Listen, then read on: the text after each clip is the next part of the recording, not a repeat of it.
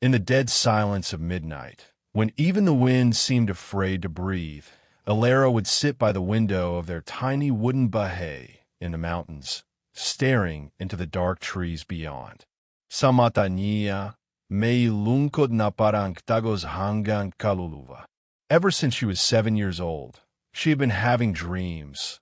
Hindi basta ordinaryong panaginip, kundi mga tanawing punoing siga, anino, at kakabang nilalang na parang todo. But no one believed her. Not her aunt who raised her, not her classmates who mocked her, and certainly not the world that treated her like she didn't belong. Alara grew up in a place where people whispered more than they spoke. Sabi nila, may sampang pamilya naya, that her mother had once made a pact with an espiritu sa ilalim ng lupa before dying mysteriously when Alara was still a baby. Her father? No one spoke of him. Walang nakakam kung si bai buay o matagan ng nilamon de lupa. Ang tanging kasama naya, sa mundong ito, isi mina.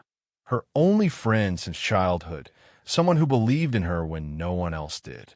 Si Mina lang ang nakakaalam ng mga panaginip ni Alara. She would joke, baka May 3rd I kalang girl, but deep down, she feared those dreams were omens. One evening, habang naglalakad pawi galing sa bukid, napadaan sila sa isang lumang balon na matagal nang tinatakpan ng mga bato. Alara suddenly stopped. Her eyes went blank. Tapos bigla siyang napayuko at bumulong. It's calling. Mina laughed nervously. Ano ka ba, wala namang tao dayan. But Alara wasn't joking. Something beneath the well whispered her name in a language she didn't understand, but her bones recognized it. Pagdating nila sa bahay, Alara couldn't sleep. The dreams came again, but this time, mas malinaw mas malakas. There was a voice telling her, it's time to wake up. The next few days were uneasy. Crows gathered by their house, kayat taganit. The dogs in the village barked at nothing. May sang matandang lalaki na hindi nila kilala ang tumadig kay Alara sa palank. Sabari sabang, she bears the mark. Walang may idea kung sino ang matanda. He disappeared before anyone could ask. Hagui naya. She checked her shoulder in the mirror, and there it was, a faint red spiral like a birthmark that had never been there before. From that moment, she felt like she was no longer alone in her body. Something had awakened. Mina noticed it too. Parang may binabantayan kalagi, she said. Alara tried to shrug it off, pero hindi naya maikakela ang lamig hangin tuwing nandiyan, young pakaramdam na may nagmamasid. Isang gabi, habang may kidlat sa langit at malakas ang ulan, may narinig siyang kalaskos sa labas. Pagbukas niya ang bintana, may isang babae na basang-basa sa ulan, nakatingin sa kanya. Pale skin, long black hair, at mata na parang walang laman. Before she could scream, the woman vanished. Naisigaw lang ni Alarang panggolan ni Mina sa takot. They started researching old village legends. At sa lamang akliting simbahan, they found a name that made Alara freeze. Anitin Taboo, a forgotten spirit of storms and madness. Sabi sa cuento, once every generation, she chooses a girl to wear her mark and open the door between the world of men and spirits. That girl would either bring salvation or ruin. Alara didn't want to believe it. She wasn't special. She was just a girl abandoned by everyone, raised on leftovers and rejection. Pero habang tumatagal, mas lumalalim ang kanyang panahinip. Minsan, gigising siya na may lupa sa kama niya o sugat na hindi niya matandaan kung paano niya nakuha. One night, she dreamt of a forest on fire, and when she woke up, the trees behind their house were blackened, as if struck by lightning, though there had been no storm. She confided everything to Mina, who, despite being scared, promised not to leave her side. Kung todaman to, then we fight it together, she said. holding Alera's hand tightly. For a brief moment, there was warmth. Pero hindi rin nagtagal ang katahimikan. One afternoon, habang kumukuha sila ng tubig sa ilog, Elara stepped on something sharp. Sa ilalim ng tubig, may kakaibang bato, glowing faintly blue, smooth like a pearl but cold like ice. Nang hawakan niya ito, she heard a voice in her head again. The key has chosen you. That night, the dreams changed. She saw not just spirits, but monsters, half human, half beast. Mga nilalang na may sunggay, matatalas ang kuko, at gutom na gutom sa laman ng tao. They spoke in unison, the gate will open. You will bleed it open. Sa takot, napayak siya habang gising. Sa gitna ng gabi, lumapit sa kanya si Mina. You're not alone, she whispered, embracing her. But that comfort was fleeting. Early the next morning, someone screamed. Paglaba's nila ang bahay, may bangkay ang kaming sa harap ang pinchuan nila, drained of blood, with a familiar red spiral marked on its side. The villagers were uneasy. Many began suspecting Alera. Some whispered, she brings bad luck. One woman shouted, she's cursed, like her mother. Alera tried to keep her head down, pero sa pusonaya, gumugulo ang laha. What if they were right? What if she was meant to destroy, not protect? But then came another sign. An old man arrived at their village, bald, with gray eyes, and a staff made of wood twisted with vines. He introduced himself as Lacangela, a wandering albulario. I felt a gate tremble. A child of the mark lives here, he said, staring straight at Alera. Lacangela became her reluctant guide. Sinimulan niya siyang turuan kung paano pigilan ang nilalang sa kabilang mundo. Tinusan siyang gumamit na ze mutiya, isang maliit na butiw na ze liwang mula sa puno na ze balet.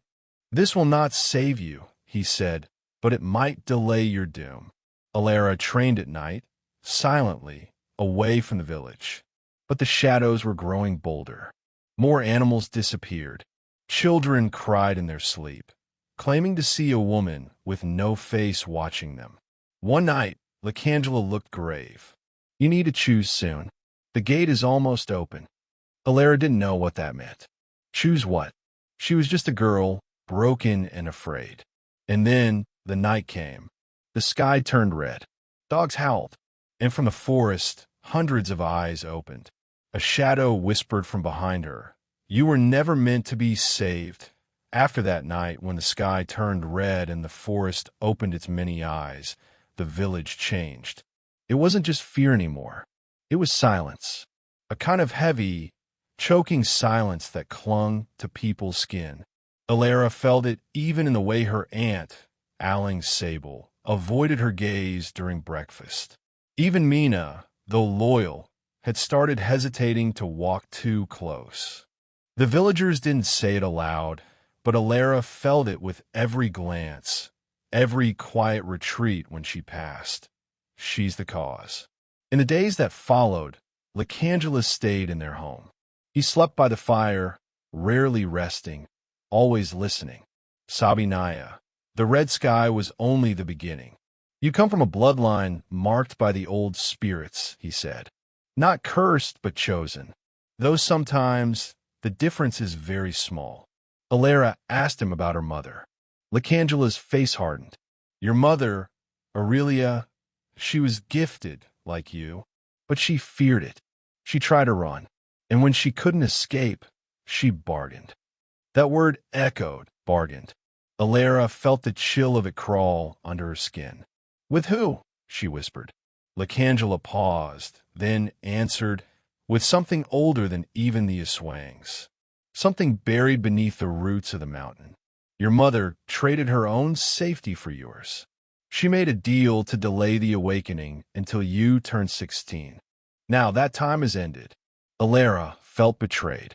Her whole life, she believed her mother died sick and silent. But now she realized her mother didn't just die. She sacrificed herself to buy time. And the village had known all along. That's why they looked at her like she was a ticking clock. Mina tried to comfort her. Maybe your mother really loved you. That's why she did it, she said, holding Alara's hand tight. But Alara pulled away. Or maybe she cursed me before I even had a choice. That night, Lacangela took her to the edge of the forest. There, hidden beneath an old Nara tree, was a carved stone chest. He opened it, revealing a small, dimly glowing shell, a kabibi, smooth and pale as bone.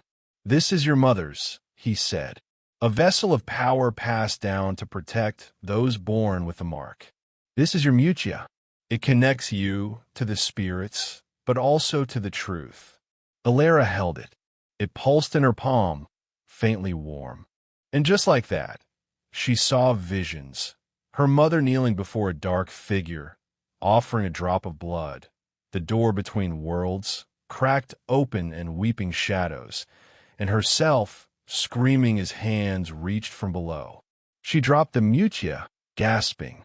"I don't want this," she cried. "I don't want any of this." But Lacangela's voice was firm. "Wanting doesn't matter now. You are the last of the line. If you do not accept your place, the enemy will not wait." Training began the next morning. Alara was hesitant at first. She didn't feel strong. She didn't even feel brave. But Lacangela was patient. He taught her how to listen to the spirits of trees, how to use salt and ashes to protect herself, and how to sense the pull of dark creatures. "These swangs," he said, "are restless. They know you're awakening. They want your blood. It strengthens their own." And slowly, Alara began to feel something stir inside her. Not just fear, but power. She could see faint glows around people now. The warmth of the living, the gray of the near-dead, the deep red of something unnatural. Her dreams were clearer, and in some, she wasn't just watching anymore. She was fighting. One evening, after a long session, she sat with Mina by the river. They skipped stones, trying to hold on to something normal. "Do you ever wonder," Alara asked, "what we'd be if none of this happened?" Mina smiled, teared. "You'd be a girl who loved scary stories. I'd be the friend too scared to listen. And we'd still be hiding under blankets, giggling about monsters." They laughed for a moment. It felt good, even if brief. But the laughter didn't last. One night, Alara was woken by whispers.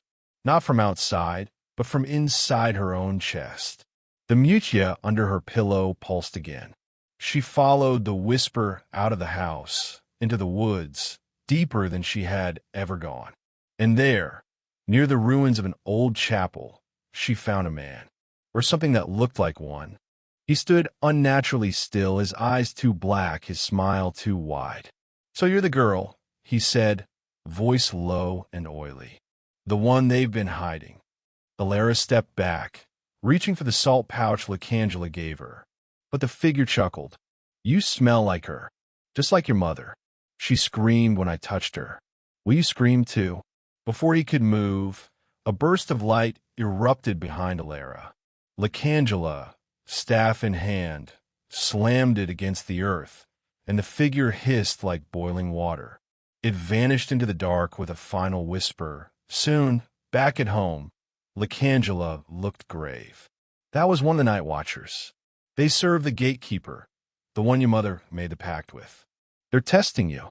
Alara couldn't sleep, not just from fear, but because her mind was full of questions. Who exactly was this gatekeeper? What did they want with her? And worst of all, what if she wasn't strong enough? The next day, while preparing potions, she found something hidden in one of Lacangela's old books. A drawing of her mother, surrounded by fire, and a note written in shaky ink. "The gate opens with blood, but closes with sacrifice." What kind of sacrifice? Alara didn't say anything to Lacangela. But that night, she stood in front of the mirror, staring at her mark. She touched the mutia on her chest and asked, "What am I meant to give up?" In the mirror, her reflection smiled, but she didn't. In the days that followed Alara's encounter with the Night Watcher, something inside her began to unravel. The training continued. Every morning, Lacangela would test her with chants, rituals, and spirit-tracking exercises. Alara obeyed, but her mind drifted elsewhere, back to the drawing she found in the book and the line that haunted her. The gate opens with blood, but closes with sacrifice. What kind of sacrifice did it mean? Her life? Someone she loved? The more she thought about it, the heavier her chest felt. But she couldn't speak to anyone, not even Mina. A part of her still couldn't forget what Lacangela said about her mother's deal. If her mother traded safety for Alara's life, then that meant she had left willingly, chosen to vanish rather than face the enemy. That truth stung. All her life, Alara held on to the idea that her mother died protecting her, not running from something she couldn't fight. And now, the same path stretched before her. One night, while Alara sat quietly outside the kubo, Mina joined her with 2 pieces of kamodi. "You haven't been eating much," Mina said, trying to smile. Alara forced a small laugh. "Maybe I'm becoming more spirit than person." They ate together under the faint moonlight. But as Mina spoke about simple things, about the village rooster that kept crowing at the wrong hours, or about the rain coming late this season, Alara found herself drifting further away. It was like standing on a cliff, hearing laughter behind her and a storm ahead. "Mina," Alara finally said, voice shaking, "if I had to choose between saving everyone or saving you, what do you think I should do?" Mina didn't answer right away. She looked up at the stars, then whispered, "Don't let that choice come. Just fight so that neither of us needs to be lost." But deep inside, Alara felt it already growing. The choice was coming, whether she wanted it or not. That same week, strange things began to happen. Animals disappeared, chickens, goats, found later with no blood in their bodies. A child in the village said he saw a man crawling on the ceiling of his nipa hut. No one believed him, but Lacangela knew better. "They're drawing closer," he said. "The Aswangs are preparing. They sense your awakening." Alara felt fear, yes, but also something else. A kind of anger. Why did this burden have to be hers? Why didn't anyone else fight? Why did her mother leave her with this? And just when she thought things couldn't get more confusing, the dream returned. She was in a field surrounded by fire. In the middle stood her mother, Aurelia, looking younger, her hair braided with dried herbs. "You hate me," Aurelia said, "but I had no choice. You were born under the blood moon. I tried to keep them from finding you." Alara tried to reach her, but her legs wouldn't move. "You lied," she said. "You gave me this curse." Her mother's voice cracked. "I gave you time. That's all I had left." Then Alara saw someone behind her mother, tall, with a face like cracked bark and glowing eyes. The gatekeeper. He raised a hand, and her mother screamed.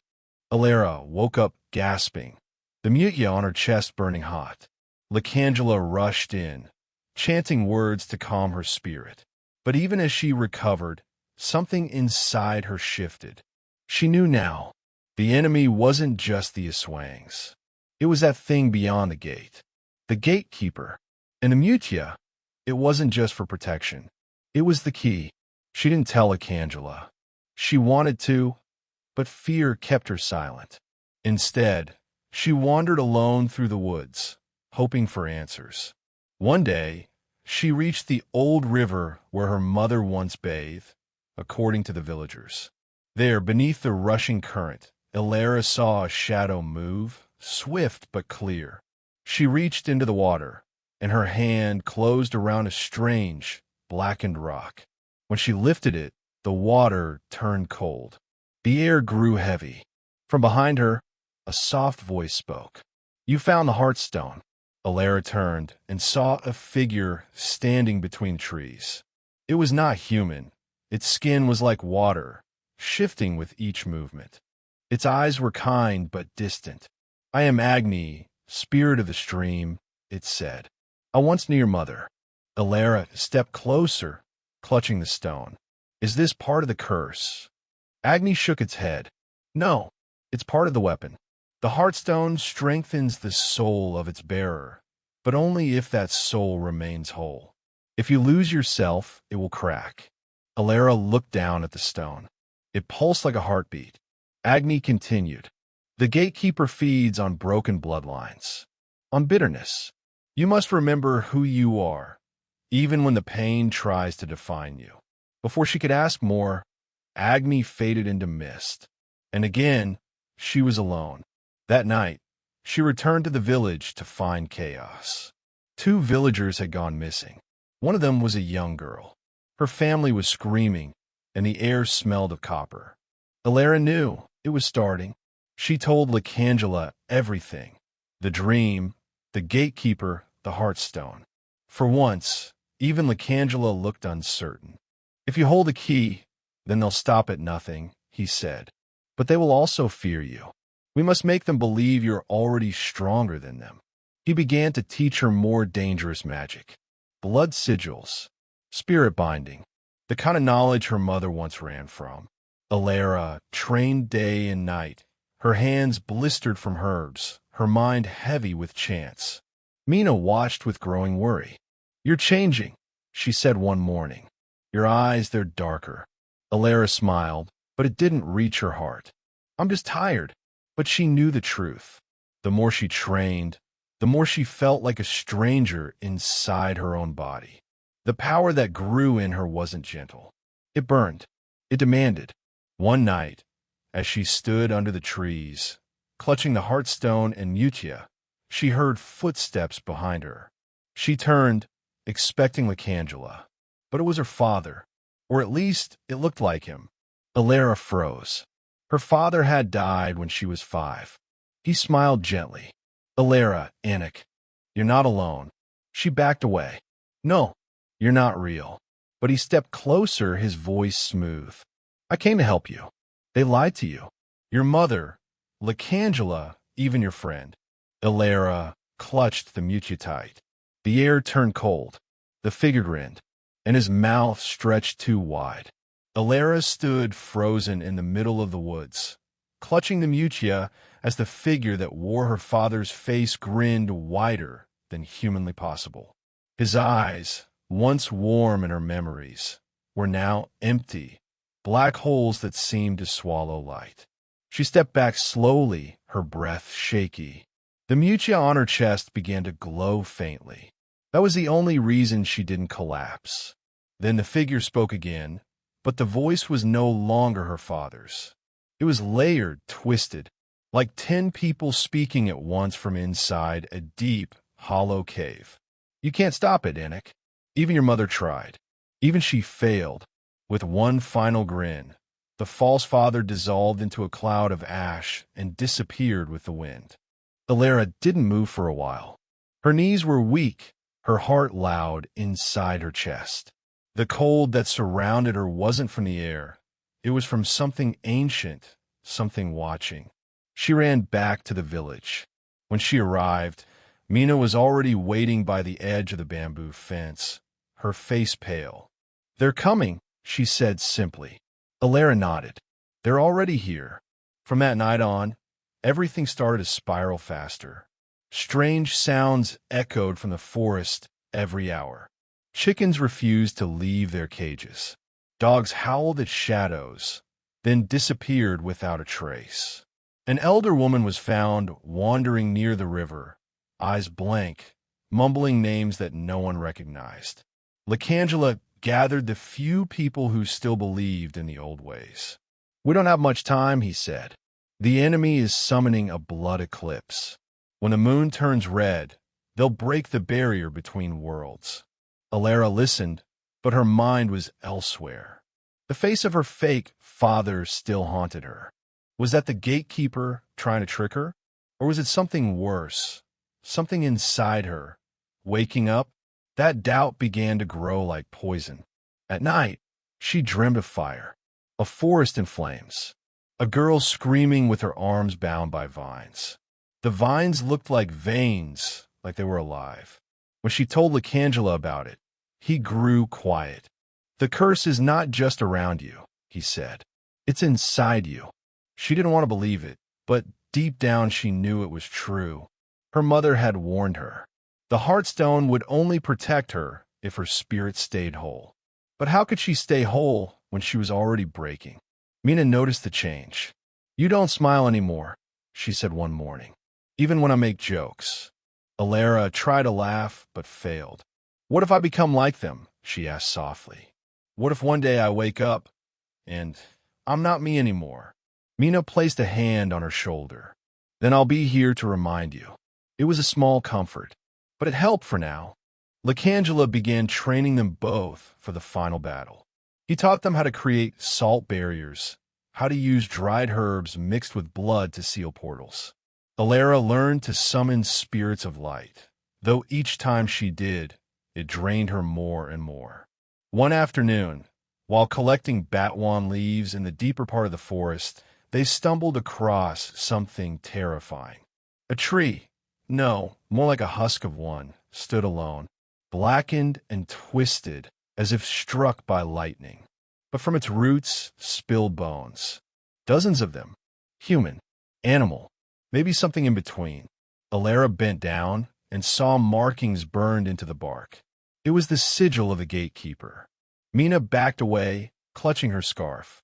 "They're creating a nest." Alara swallowed hard. A bridge between their world and ours. The Heartstone pulsed again, hotter this time. They rushed back to the village to warn Lacangela. But the moment they stepped inside, they knew something was wrong. The Kubo was quiet. Too quiet. Lacangela was on the floor, surrounded by flickering candles. His eyes were closed, lips moving in a chant. But he was bleeding. A knife wound ran across his side. Mina screamed, rushing to his side. Alara ran to the door, looking around. Whoever attacked him was gone. Lacangela opened his eyes with difficulty. "It was someone from here," he whispered. "Someone we trusted." Alara felt her chest tighten. Betrayal. They helped him sit up, and he gripped Alara's wrist tightly. "The enemy has a spy, maybe more than one." That night, the air grew colder. The moon began to shift, no longer silver, but tinged with dull orange. Alara stared up, fear tightening her chest. The blood eclipse was beginning. That same night, 3 villagers disappeared. No signs of struggle, no screams, just gone. And then, an old man appeared in the middle of the town square, shaking with a dagger in his chest. Before he died, he whispered only one word, "Halama." The village started to crumble under fear. People packed up their things, left their homes, ran for the mountains. But Alara knew they wouldn't get far. The enemy didn't want land or gold. They wanted souls. And hers most of all. As she stood at the edge of the forest, Heartstone in one hand, Mutia around her neck, she felt something behind her. It was Mina. "I'm not leaving," she said, "even if it means dying." Alara shook her head. "You don't understand. I'm not just fighting monsters. I might become one." Mina stepped closer. "Then we fight that too." Tears fell, but Alara didn't stop them. For once, she didn't hide the fear. They trained harder, prepared salt lines across the village, set up watchers for shadow movement. Every night, the darkness grew heavier, and every night, the whispers returned, soft voices from nowhere calling her name, promising power, promising peace, promising her mother's embrace. But she didn't listen. Not yet. One morning, as she woke up from a restless sleep, she found a note near her window. No name, just words. "There is still a secret you have not seen. The gate is not what you think." And the one you trust most wears a borrowed face. Her blood ran cold. Was it about Lacangela, Mina, or herself? Suddenly, everything was uncertain again. And just as she began to wonder who the real enemy was, the sky cracked with thunder. The blood moon had fully risen, and from the black forest, drums began to sound, slow, heavy, ancient. The drums didn't stop. They echoed through the valley like distant thunder, steady and haunting, each beat a reminder that time was almost up. The blood moon had fully risen above the trees, its light casting the forest in an eerie crimson glow. Everything looked like it was on fire, but nothing burned. Yet, Alara stood near the center of the village, her eyes scanning the shadows that moved unnaturally along the huts. Mina stood close, holding her own Mutia tightly. Even Lacangela, still weak from the stabbing, forced himself to stand with the support of a cane. His face was tired, older somehow, but filled with quiet rage. "Tonight," he whispered, "the gate will open, and not all of us will survive." But Alara was no longer just afraid of the enemy outside the village. She kept thinking about the note she found. "The one you trust most wears a borrowed face." That phrase wouldn't leave her mind. She looked at everyone with suspicion now, even Mina. No, not Mina. She couldn't be. But the seed of doubt was planted, and it grew deeper with each heartbeat. While the others prepared traps and sacred lines, Alara slipped into the woods with a mutia around her neck and a heartstone held in one hand. She needed answers, real ones, not just chants or half-truths whispered by dying spirits. She walked deep into the trees, to the tree where they'd found bones before. It was quiet now, but the bark was darker, almost breathing. Alara placed her hand on the trunk. The mutia began to pulse. Then a wind blew, cold and fast, and from it a figure appeared. A woman, or what looked like one. Her body was covered in moss, her hair long and filled with tiny forest insects. But her eyes were mirrors, reflecting Alara's face, then changing it, morphing it into her mother's face, then into something else. A face Alara had never seen, but somehow felt she should recognize. "I am Dahlin," the being said. Her voice was like leaves rustling after a storm. "You carry a curse not from the enemy, but from within your bloodline." Alara stepped back. "What do you mean?" "Your mother, she was not just a healer. She was once one of us, a spirit guardian. She gave up her immortality to live among humans. To have you." Alara's heart dropped. "That's not possible." "It is, and that is why the gatekeeper wants you. You're the key." Everything inside her stilled. The memories, the dreams, the strange connection to the spirits. It all made sense now. Her blood wasn't just cursed, it was ancient.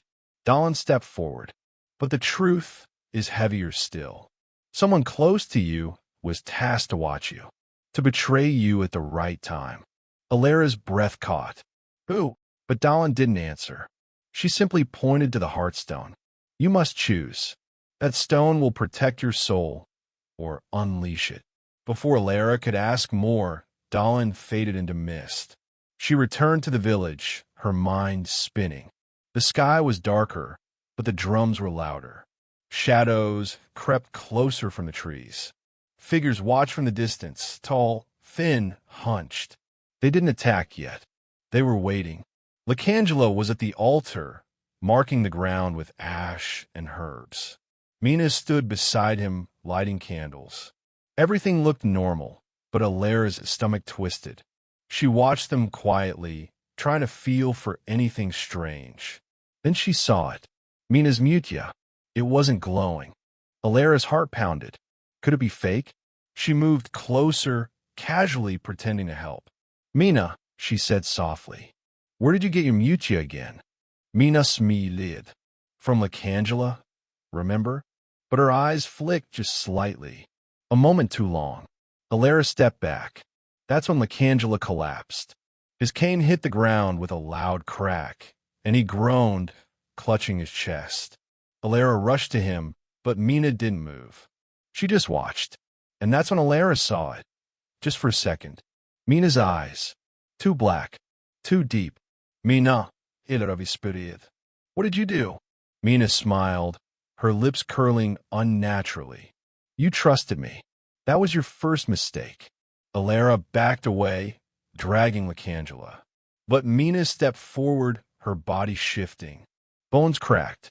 skin stretched, and in her place stood a different being, pale, tall, with a face half human, half shadow. "I was never Mina," it hissed. "She's gone," Alara screamed, not from fear but from rage. She had trusted her, loved her like a sister, shared her darkest fears, and it was all a lie. The fake Mina lunged forward, but Alara lifted the heartstone. A beam of light shot out, throwing the creature back. Lacangela coughed. "The gate, it's opening. You must close it. You're the only one who can." "But I don't know how." He reached into his shirt, pulling out something small, an old, cracked kabibi. "Your mother left this. It's the other half of the mutia. With both, you can call the gate's name." Alara grabbed it, both objects glowing now in her hand. But before she could move, the sky split open, not with lightning, but with darkness. From the woods came the sound of 1,000 feet, marching in rhythm. Creatures, spirits, twisted things with glowing eyes, some crawling, some flying. The gate was open, and they were coming. Alara stood, holding both the mutia and kabibi. Her heart beat fast, her eyes blurred with tears, not just from fear, but from betrayal. She faced the shadow that wore Mina's face, now retreating into the crowd of Aswang and demons. "I won't run," she said, voice steady. The earth trembled beneath her feet, and from the center of the darkness, a tall figure stepped forward. He wore robes of bone and smoke. His face was a mask of gold. The gatekeeper. At last he had come. "Alara," he said, voice echoing like a storm. "Daughter of the broken blood. The door is open, and you are the key." Alara didn't answer. She simply raised the mutia and kabibi, and the wind began to swirl around her. The final battle hadn't started yet, but now she understood her role. And this time, she wouldn't hesitate. Alara stood at the edge of the village, the sky above her torn in half, one side flickering with blood-red fire, the other drowning in endless shadow. Before her, the gatekeeper stretched his arms, his golden mask reflecting flames that weren't even there. The creatures behind him hissed and clawed at the air, as if impatient, hungry. "You are the key," he repeated, voice like 1,000 whispers crawling down her spine. Alara clenched the mutia in one hand, the kabibi in the other. The two pieces pulsed with opposite energies, light and shadow. It felt like they were fighting each other inside her palm, and her chest burned from carrying them both.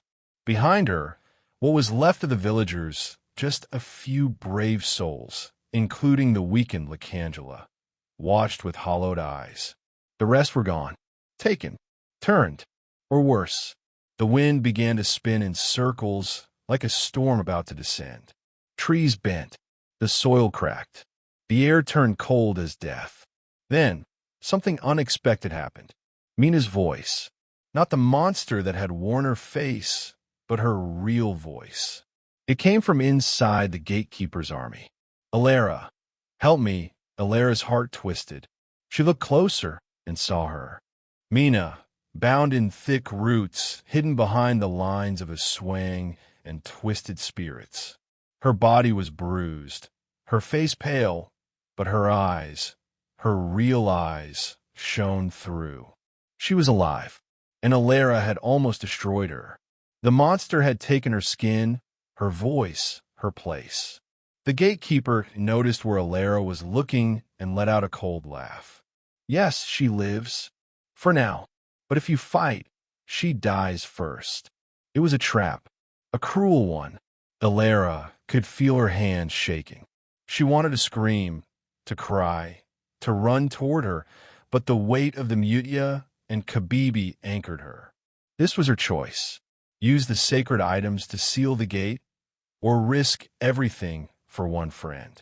Lacangela's weak voice called out, "You can't save everyone, Alara. The world is bigger than her, than us." But her heart rebelled against that. She remembered their childhood, how Mina had always stood up for her when the others whispered behind her back, How she shared the last of her rice, even when her own stomach growled. How she smiled, even when sadness clouded her eyes. No, she couldn't let her go, so she chose the impossible. I'll save her and stop you, Ilera whispered, stepping forward. The gatekeeper raised a finger. His army surged forward. Ilera closed her eyes and slammed the Mukhya and Kabibi together. A deafening light exploded, blinding everyone. For a moment, everything stopped. When she opened her eyes again, time was frozen. Literally. The flames in the sky had paused mid-flicker. The enemies mid-step. Even the air was still. She stood in a different space now, no longer the physical world, but something older, sacred. A circle of light surrounded her, and from within it, a figure appeared. Her mother. Not the mother who died in the hut, but a spirit, radiant, powerful, eyes glowing like twin moons. Ilera, she said softly, this is the place between worlds. You may choose now, bind the gate forever, and become the new guardian, or return and fight with your human soul. Ilera trembled. But I'm not strong enough. I failed. I believed in a fake Mina. I nearly destroyed everything, yet you are still here, her mother said, placing a hand over her heart. Strength is not in never being fooled, but in rising after it. Then she held out her hands. Between them hovered a blade, not made of metal, but of spirit.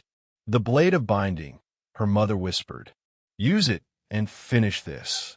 Ilera reached out, and the moment her fingers touched the blade, it burned into her skin, but not painfully. It became part of her. She opened her eyes. Time resumed. The gatekeeper's army was inches away, but Ilera was faster now. She moved like wind, like fire, like something reborn. She sliced through shadows, not killing, but purifying. Spirits dissolved into light. A swang howled and turned to smoke. She reached Mina, cut the roots holding her, and caught her before she fell. Mina looked up, weak but smiling. You came back. I never left, Ilera whispered.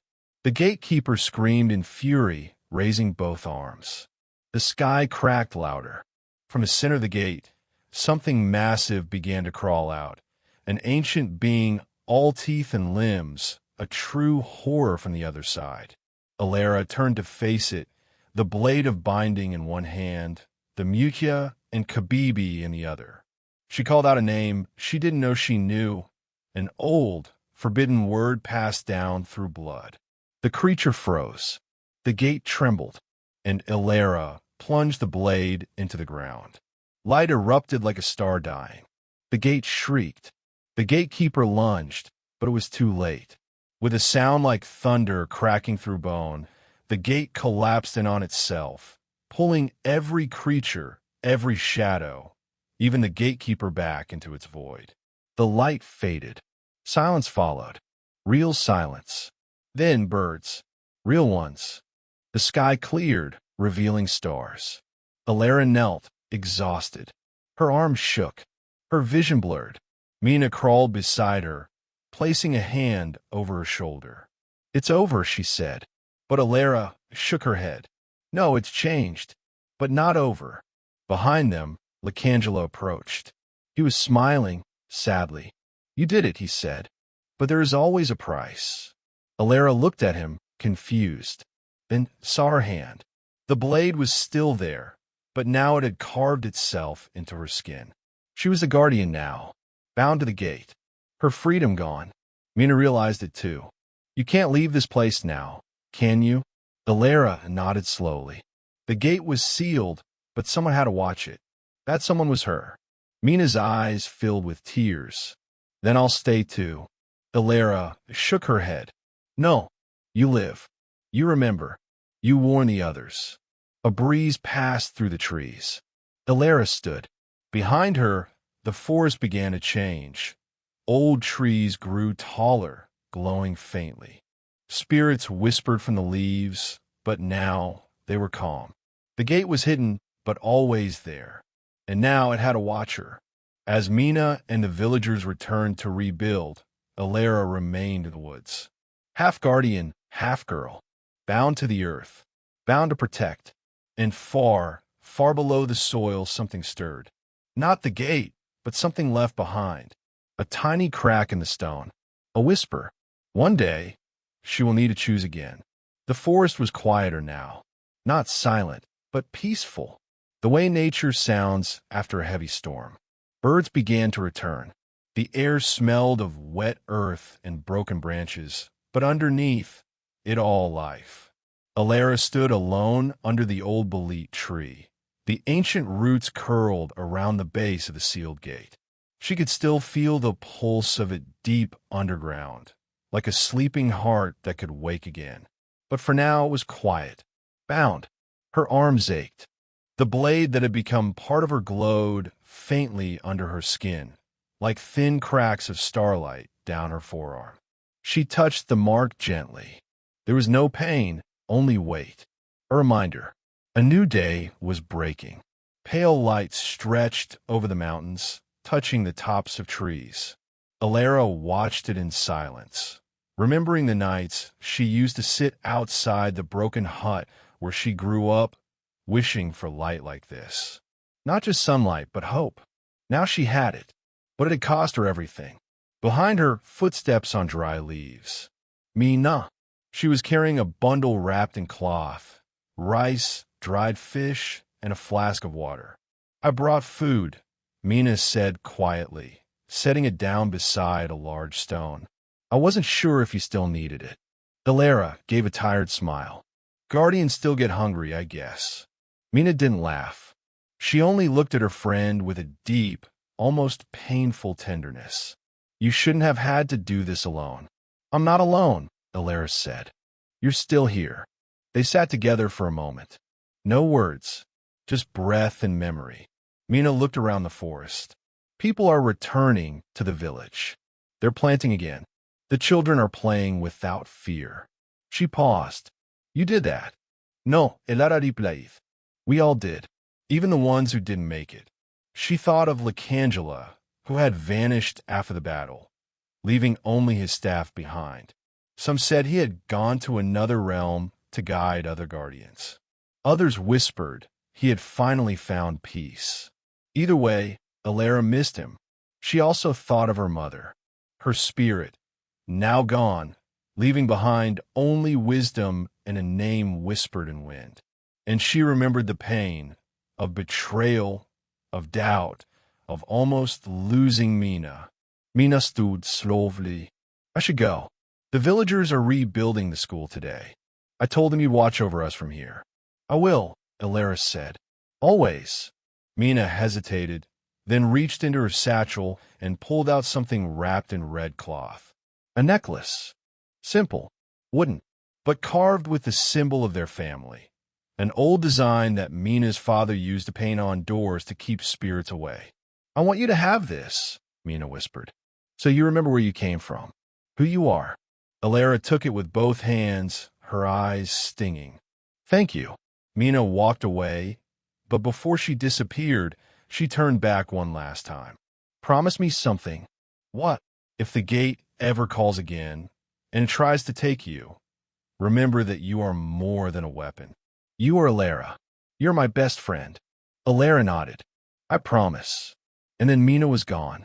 The forest swallowed her steps. Alara stood for a while, holding the necklace, the trees swaying around her like quiet watchers. The days passed. Sometimes the wind carried laughter from the village. Sometimes old spirits wandered nearby, whispering secrets only she could understand.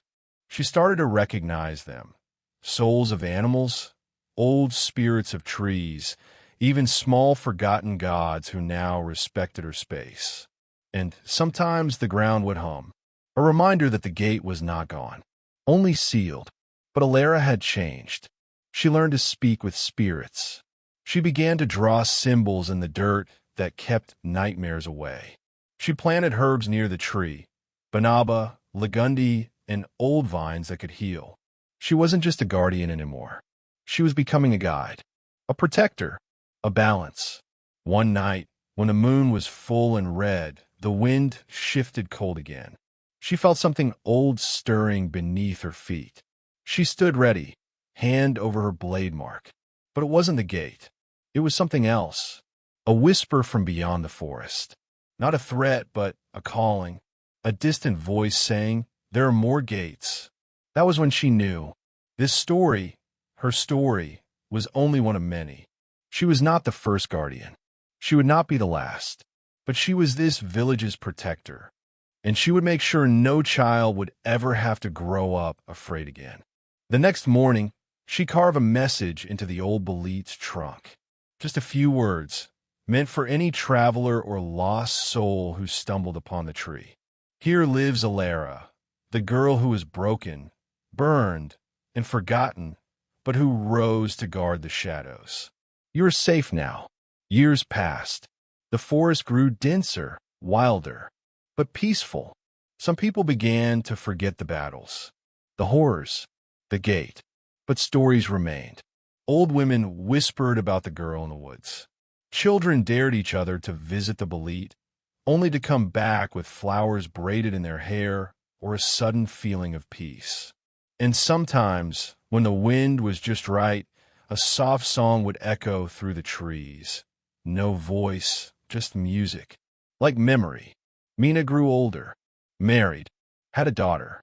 And one day, that daughter wandered into the woods and met a woman with eyes like moonlight and arms that glowed faintly like starlight. The woman gave her a flower, kissed her forehead, and said, "Tell your mother I'm watching over her." When Mina heard the story that night, she cried silently, but not from sadness, from peace. In the end, Alara was never truly gone. She was part of the land now, part of the story. And if one listened closely, they'd hear her promise in the rustling leaves. "I will protect you, even in the dark."